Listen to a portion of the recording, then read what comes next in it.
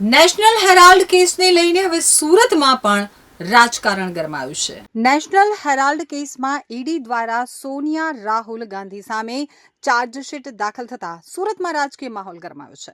સુરત શહેર ભાજપ દ્વારા આજે નેશનલ હેરાલ્ડ મામલે ભાજપ દ્વારા નાનપુરા ખાતે કોંગ્રેસ કાર્યાલયની બહાર ઉગ્ર વિરોધ કરાયો હતો।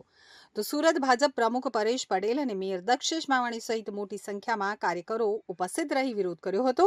ભાજપ યુવા કાર્યકરો દ્વારા રાહુલ ગાંધીનું પૂતળું બાળી વિરોધ કરવામાં આવ્યો હતો અને સોનિયા ગાંધી રાહુલ ગાંધી હાય હાયના નારા સાથે વિરોધ કરાયો હતો। ભાજપના કાર્યકર્તાઓ દ્વારા રાહુલ ગાંધી તેમજ ઇન્દિરા ગાંધીનું પૂતળા દહન કરવામાં આવ્યું હતું અને ઉગ્ર રોષ ઠાલવવામાં આવ્યો હતો। 1938 ની અંદર નેશનલ હેરાલ્ડ કરીને કંપનીની સ્થાપના થઈ ત્યારે એમના 5000 શેર હોલ્ડર્સ હતા। 2008 ની સાલની અંદર આ કંપની પડચામાં ગઈ, એમને 90 કરોડ રૂપિયાનો લોસ થયો અને એ વખતે સત્તામાં કોંગ્રેસ પાર્ટી હતી। કોંગ્રેસ પાર્ટીએ એક રાજકીય પક્ષે 90 કરોડ રૂપિયા નેશનલ હેરાલ્ડને આપ્યા કે એમની લોન, એમના જે ટેક્સીસ છે, એમનો પગાર છે એ બધું લોકોને ચૂકવે અને એની સામે આ 90 કરોડની લોન જ્યારે એમને પરત કરવાની આવી ત્યારે કંપની ફડચામાં હતી, એ પરત કરી શકે એ પરિસ્થિતિમાં નહીં હતી। એના કારણે કોંગ્રેસે એક નવી કંપની બનાવી।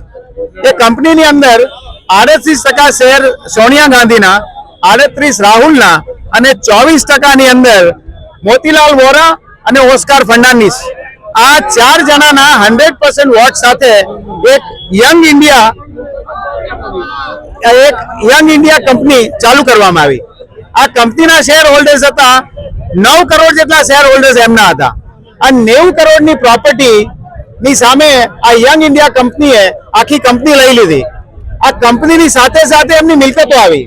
એમની મિલકતો દિલ્હી, મુંબઈ, લખનઉ, ભોપાલ અને પટનામાં 2000 કરોડની પ્રોપર્ટી। હવે તમે સમજી શકો છો કે એક રાજકીય પક્ષ 90 કરોડ રૂપિયાનું ઇન્વેસ્ટમેન્ટ કરે અને 2000 કરોડની પ્રોપર્ટી એમના હાથમાં આવે તો આનાથી મોટો ઘોટાળો શું હોઈ શકે? આ જ વસ્તુ કોઈ કંપનીએ કરી હતી તો આપણી કોઈ પણ સરકાર હતી કે કોઈ પણ કોંગ્રેસ હતી તો પણ એમની સામે એમને સવાલો કર્યા હતા। તો જ્યારે એક પાર્ટી તરીકે પહેલો તો પ્રશ્ન એ છે કે કોઈ પણ પાર્ટી, રાજકીય પાર્ટી કોઈ કંપનીને લોન નહીં આપી શકે। એ 90 કરોડની લોન ત્યાંથી જ શરૂઆત થઈ ઘોટાળાની। એટલા માટે જ આજે વિરોધ થઈ રહ્યો છે। એમના કેસો ચાલી રહ્યા છે।